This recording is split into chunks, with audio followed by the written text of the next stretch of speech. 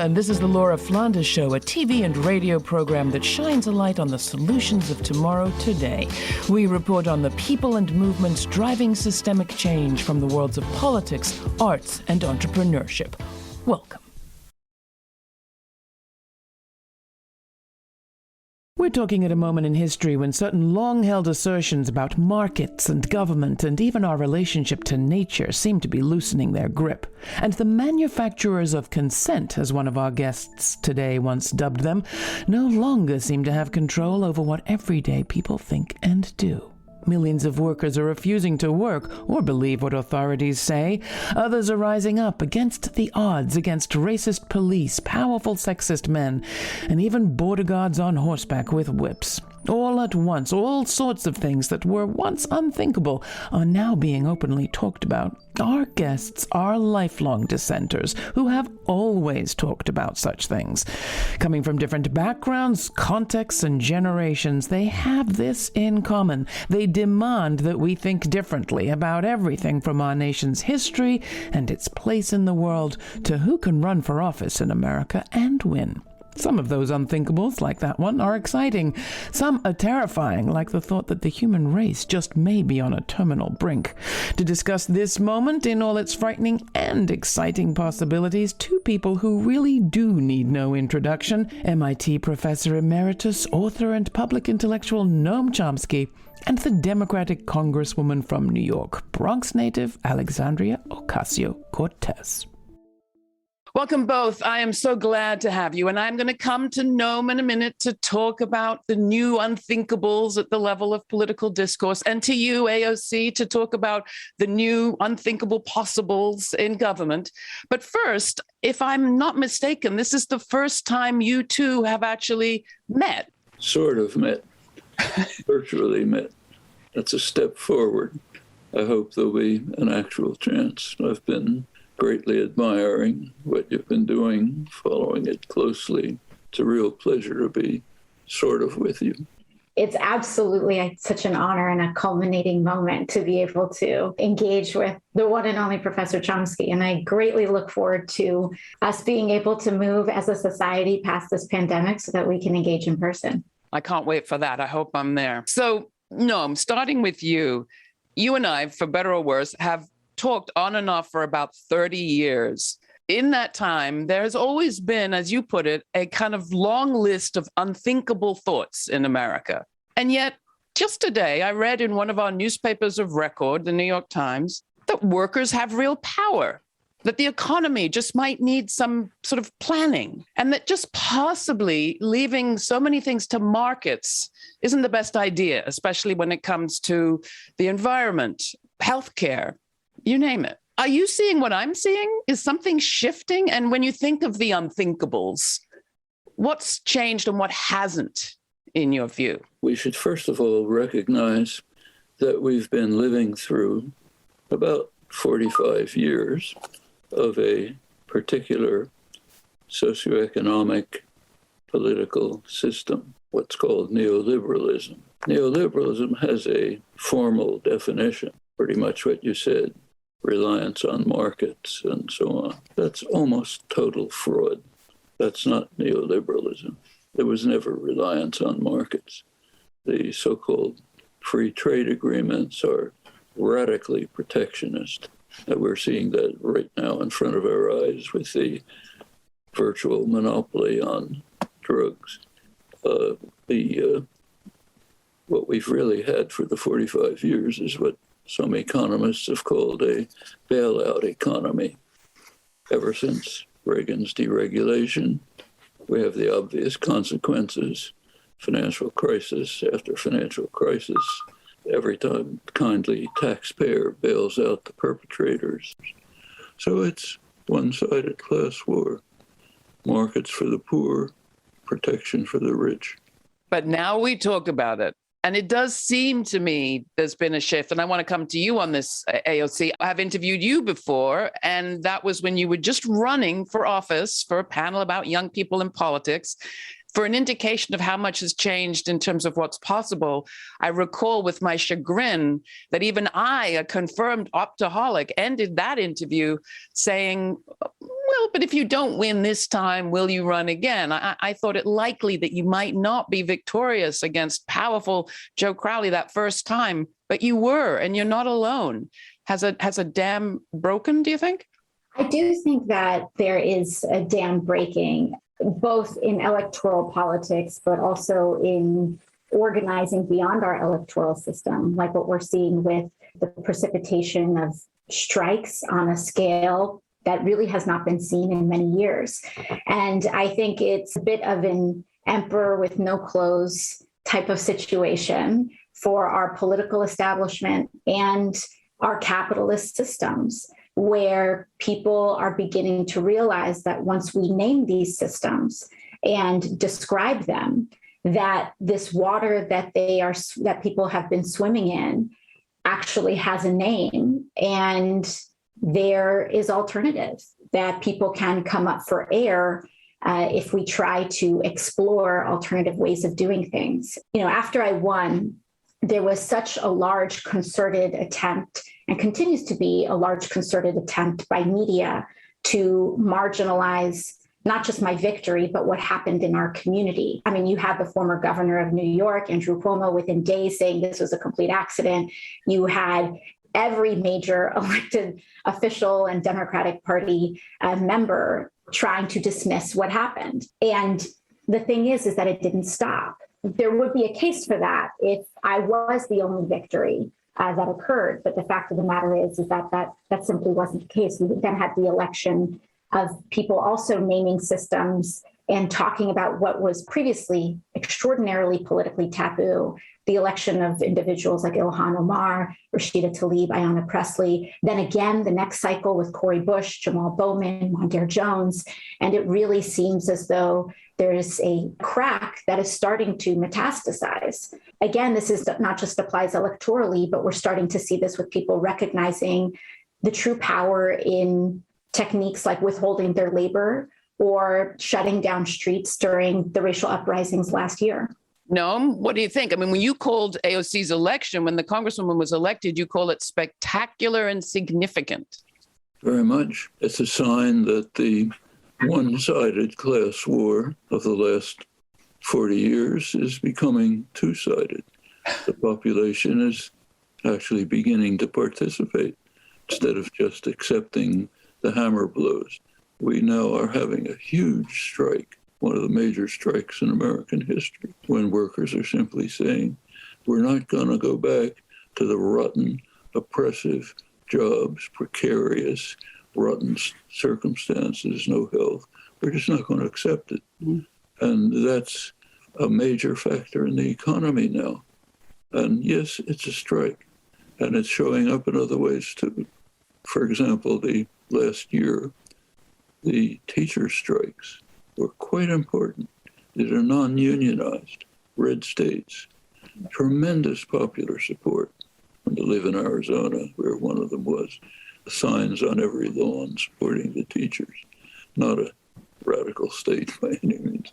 They were not just calling for better wages, which they greatly deserve, but for saving the children, saving the public education, which has been under severe attack for 45 years.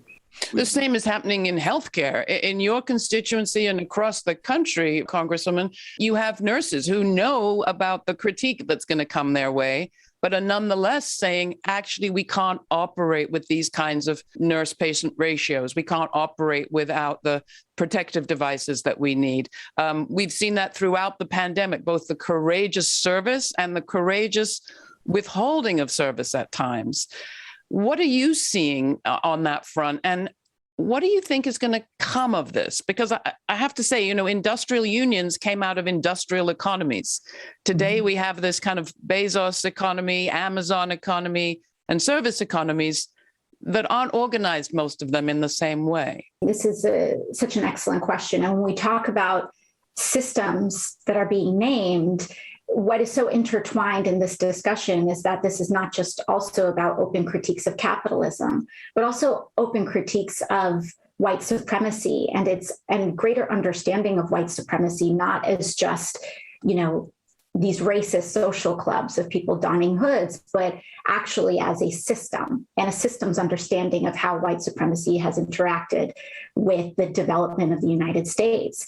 And so the way that ties back in is that so many of these essential labor forces are dominated by women and women of color, whether it's fast food workers or whether it's nurses or whether it's childcare and teaching professions. I would say this capitalist class calls a labor shortage what is actually a dignified work shortage is concentrated overwhelmingly in working class people, a multiracial working class, but also in professions that are dominated by women and women of color. And so when we really intertwine our understanding of both of these systems, that presents to us and illuminates a lot of not just the problems that are happening, but the solutions. Noam, I do want to underscore something that the Congresswoman just said. When I came into talking with you in the early 90s, there was a miserable and acrimonious backlash, even on the left, against what was then dismissed as annoying identity politics. What I'm hearing now in every corner is that people are getting it, as the Congresswoman just said, unless we address the power of white male supremacy, we're not going to get the changes that we need. Do you agree there's been a shift on that front? And are there things that you've learned in relation to that over your long career? There's a change. We should recognize that white male supremacy is a deep current in American history. It's not going to go away immediately. But there have been dents, significant ones. So, for example, even in the mainstream, when the New York Times ran the 1619 Project, that couldn't have happened a couple of years earlier. And it's because of changes in general consciousness and awareness. Of course, there was an immediate backlash, strong backlash, and you're going to expect that. White male supremacy is a deep part of American history and culture. To extirpate it is not going to be easy. And but there's very significant progress. And plenty of conflict coming.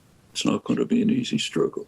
This is the Laura Flanders Show. I'm Laura. Together for the first time, my guests are Congresswoman Alexandria Ocasio-Cortez, a.k.a. AOC, representing New York's 14th, and Noam Chomsky, MIT professor emeritus, activist, and author. He's authored over 100 books. His latest is titled The Precipice, Neoliberalism, the Pandemic, and the Urgent Need for Radical Change, published by Penguin Books. We'll be posting the entire 1-hour conversation with AOC and Noam at our website, lauraflanders.org. That's where you'll find even more of my interviews with Chomsky and the panel I moderated years ago with young voters and AOC in advance of the 2018 congressional primary. That's also where you can sign up for our weekly newsletter to receive information on all of our audio exclusives, streaming events, and my commentaries. The latest accompanies our special report, Community Safety in the Time of Insurrection. Next, the survival of the human race in the face of climate catastrophe. Where are we now on that doomsday clock? And that Green New Deal resolution AOC introduced roughly 2 years ago, where does that stand? But first, here's Come On, Come On by Scott Hardkiss, featuring Lisa Shaw from his album Technicolor Dreamer, released on God Within Records. Together again to celebrate bittersweet life. So here's to our struggles and strife. Let's make the most of these hours till time defeats all with its powers. And let's make the most till the dawn. Keep on going until we are gone. Both of you are very focused on that other uneasy struggle, and that is the struggle for survival of the human race on the planet. And I don't think I'm putting it too grimly. AOC, your first piece of legislation was that Green New Deal resolution, which imagined a kind of 10-year national mobilization. We're a few years into that 10 years. Are we still at a point where we can avoid going over that precipice, Noam? Is it too late? It's getting close. I should say that Congresswoman AOC's resolution, recently reintroduced, is absolutely essential for survival. I'd actually like to know what you think the prospects are for moving it forward. Either something like that resolution will be implemented or we're doomed. It's that simple. Well, we still have time. Not a lot. The longer we delay, the harder it gets. To ask your question of AOC, what are the chances we can get real change? I want to say in our lifetime, but we actually need it much, much sooner than that. By making the decision to formally introduce this as a resolution instead of as a bill, the intention of this was to release a blueprint for mass consumption in order for people to understand the scale of action that is going to take just for the United States alone, let alone globally, in order for us to make the changes that need to be made in order to protect our society and our planet. And in that respect, I believe that it has been very successful. A resolution in and of itself is a statement of the sense of Congress. It does not formally bind us, but what is incredibly encouraging is the mass adoption of this blueprint. And so once it was released and submitted to the House of Representatives and publicly available, we started to see movements across the United States that were not covered by media, but municipalities and states across the country started to adopt these targets on municipal levels. So you have the city of Los Angeles, you have Austin City Council introduced it, the state of Maine, New York City, and they weren't waiting for federal action or legislation. We can't underestimate what we are standing up against. There's a popular sense and understanding that so much of Congress is captured by big money, dark money, Wall Street, and special interests. But what I don't think is as quite understood is that this money is oil money that fuels Wall Street, that captures Congress. But what is so important to recognize is that our systems and our avenues for action are not just limited to electoralism. And when we engage as far as we can to the limits of electoralism, then we also re-engage in our capacities outside of our electoral systems, whether it's the withholding of labor or other sorts of grassroots actions, because there is also a point of collective action that becomes too difficult for the ruling class to ignore, because it then starts to threaten their legitimacy. Let me ask you, Noam, to come in on this. I mean, your book title is The Precipice Neoliberalism, the Pandemic, and the Urgent Need for Radical Change. Where does that radical change come from, given the capture that the Congresswoman's described so well, and as you have over the decades? Well, what AOC has brought up both in this comment and the preceding one is the interaction between mobilization and political action in Congress. And as she pointed out, the main part of politics is activism and mobilization. What happens in Congress is pale reflection, but it is a reflection. There's very dramatic examples of that, which she was too modest to mention, so I'll mention it. The Sunrise Movement at the forefront of activism on climate. They got to the point of civil disobedience, occupying congressional offices, occupying Nancy Pelosi's office, demanding change. Ordinarily, they'd just be thrown out by the Capitol Police. They weren't this time, because one person from Congress came and joined them. AOC. They weren't thrown out. That's what led to Biden's climate program. Not great, but better than anything before. Popular activism interacting with supportive people in Congress can lead to results. AOC, you did that action that Noam just described in the first moments after your election victory. And you've sometimes said that part of your job is to retain that sense of outsiderism and freshness. How would you say you're doing on that front? And what is your vision at this point of the progressive agenda on the domestic side and also the foreign policy side? Well, I think one of the things that we've been figuring out how to navigate is how do you go from pushing an opposition party under a neo-fascist administration to then essentially acting as a minority party within a governing party, and how you manage the tensions between activism and how we really expand the power and the potential of mobilization under those two different kinds of regimes. And I think one of the things that we've been successful at, and I think something that is very much a major victory that I'm looking forward to seeing how it evolves, was this most recent showdown in Congress around the reconciliation and infrastructure fight. Because historically, the Progressive Caucus in Congress has been largely toothless, and it has essentially been more of a social club than a political caucus that can wield power. And because of that dynamic, this neoliberal and conservative corporate wing of the party has dictated the Democratic Party's agenda essentially without any sort of internal resistance for a very long period of time, save for a handful of people that didn't quite have the numbers. But what we experienced at the beginning of this month was a real transformative event in the history of the Progressive Caucus within Congress, where for the first 2 years that I was in office, it was essentially myself and 3 other congresswomen. Maybe we could get 5 others, and we have numbers of maybe 10 people in the last Congress to be able to break with the party.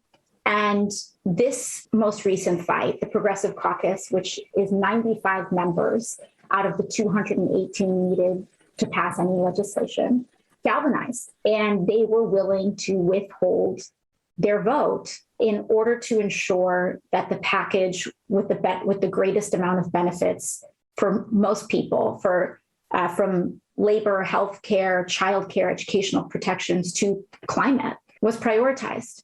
And Democratic Party leadership attempted to slip in this additional $1 to $2 billion for Israel's Iron Dome missile system in routine legislation, a continuing resolution legislation, whose intent is to just continue funding of our current operations the way that they have been funded as we negotiate the budget. So instead of doing that, they attempted to slip in additional funding into a continuing fund resolution. So I worked along with several others to strip and remove that funding. I think that came as a shock to the party. It came as a shock to mass media. They didn't know how to cover it. Many of them continue to try to adopt this tired narrative of a handful of progressive stragglers are troublemakers in the party. But the fact is that this very pro-corporate wing is a handful of people that are pursuing a path of obstruction. I want to just end by asking you to talk about your vision for the future, Noam, and what leads you to think we can get there? Started in the 1930s. I'm old enough to remember it. My family was first generation immigrants, working class, mostly unemployed, very hopeful. It's not like now. Much, in absolute terms, much worse than now. But in psychological terms, very different. There was a sense that we're working together, we can get out of this rotten conditions, but we're together. We have the militant labor action, we have political organizations, We have our groups, associations, working together with a somewhat sympathetic administration. We can get together and fight our way out of this. And they were right. They could. Not everything, but a lot of progress. That happens right throughout history. Take around 1960. A couple of black kids sat in on a lunch counter in Greensboro, North Carolina, segregated lunch counter. Of course, immediately arrested and thrown out. Could have been the end. Except the next day, a couple more came back. Pretty soon you had a few people coming from the north to join them. Pretty soon you had SNCC workers driving freedom buses through the South, trying to encourage a black farmer to take his life in his hands and go to register to vote. Pretty soon you had a huge movement. Always like that. It's the people, you don't even know their names. Who knows their names? Nobody.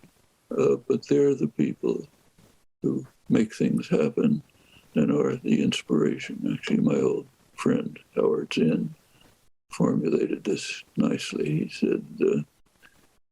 said we should really honor the unknown, the countless unknown people whose work lays the basis that ultimately enter history. They're the ones who are inspiring, and they're the ones we should honor, respect. AOC, your vision, your sense that it's possible? There's this, the writing by Arundhati Roy, which is that another world is not only possible, but it is already here. And finding the pockets where this world has arrived is what gives me hope. The Bronx has one of the highest per capita rates of worker cooperatives in the world. That is a new economy in our borough of millions of people. And so whether it's that, whether it is discussions around mass incarceration, abolitionist organizing, not just, what does it mean to dismantle a jail, but what does it mean to reorganize a society so that we do not have people engaged in antisocial behavior on such a scale that we have today, or that we don't have antisocial systems. That these are not just theoretical conversations that people are having, but there are communities that are actively experimenting and developing solutions. And so, to me, I think what I work on is not how do we find solutions, but how do we scale the solutions that we've already developed to transform our society. And that is work that breaks our cycles of cynicism. Cynicism, I think, is a far greater enemy to the left than many others, because it is the tool that is given to us to hurt ourselves. And hope creates action, and action creates hope. And that's how we scale forward. Well, I think it was Arundhati that said, as you say, another world is not only possible it's happening on a quiet day. I think she said you can hear her breathing. And in this conversation, I've definitely heard her breathing. We will continue to report those stories that fly in the face of cynicism. I thank you both for your lifelong commitment to acting in ways that defy that cynicism, and appreciate that you chose to spend the hour with each other and with us at the Laura Flanders Show. Huge appreciation to you. Unless you have any closing comment or thing you want to say to each other, I know that we're at the end of our time that we had you commit to. I'm just eternally grateful to both of you for taking the time. And I so sincerely appreciate it, Professor Chomsky, of course. And Laura, thank you so very, very much. Unthinkable thoughts. It's like water to a fish. The status quo is just the way things are until someone says there are other options. AOC and Noam Chomsky have been talking about our options as a human race for years. Good or bad, they think what have been unthinkable thoughts and say them out loud. What was almost unthinkable for us was to bring them together in a single conversation, but we did. So a big bravo to those on my team who made that unthinkable thought thinkable and possible to boot. Thanks to you for your interest. For more information on this week's guests, along with a suggested reading list and links to related episodes in our archives, go to patreon.com/The LF Show. That's also where you'll find an invitation to join us as a subscribing partner. Patreon partners commit $5, $10, or $20 a month to keep us free and non-commercial. In return, they get the word first about our post-premiere talkbacks each Sunday on YouTube, and first access to uncuts and specials like the full uncut version of this historic conversation between Noam and AOC. In it, AOC talks about a vote on Israel-Palestine that caused her to cry as she cast it, and Noam weighs in on what's changed and what hasn't in the Democratic Party. Go to patreon.com/The LF Show to become one of our precious Patreon partners. To quote AOC, there are already communities experimenting and developing solutions. What we need to work on is how we scale them to transform our society. That's where the Laura Flanders Show and media and education that covers alternatives comes in. Thanks for listening. Thanks for supporting. And a special thanks to our Patreon partners for making this show possible. This show's produced by yours truly, Laura Flanders, with Matt Colacello, Jeremiah Cawthron, Mercedes Grostiaga, Jeannie Hopper, Nat Needham, Charlotte Carpenter, David Newman, Rory O'Connor, Ryan Hotes, Sabrina Artel, and Jeanette Hernandez. Major funding for this program is provided by the Novo, Park, Ellen Poss Family, Hisuku Wilson Foundations, the Schumann Media Center, Rising Fund at Tides, Kim Connor and Nick Groombridge, Jane Fonda, and listeners like you. Thanks for listening. Thanks for contributing. Thanks for your ideas. Stay kind. Stay curious. Until the next time, I'm Laura.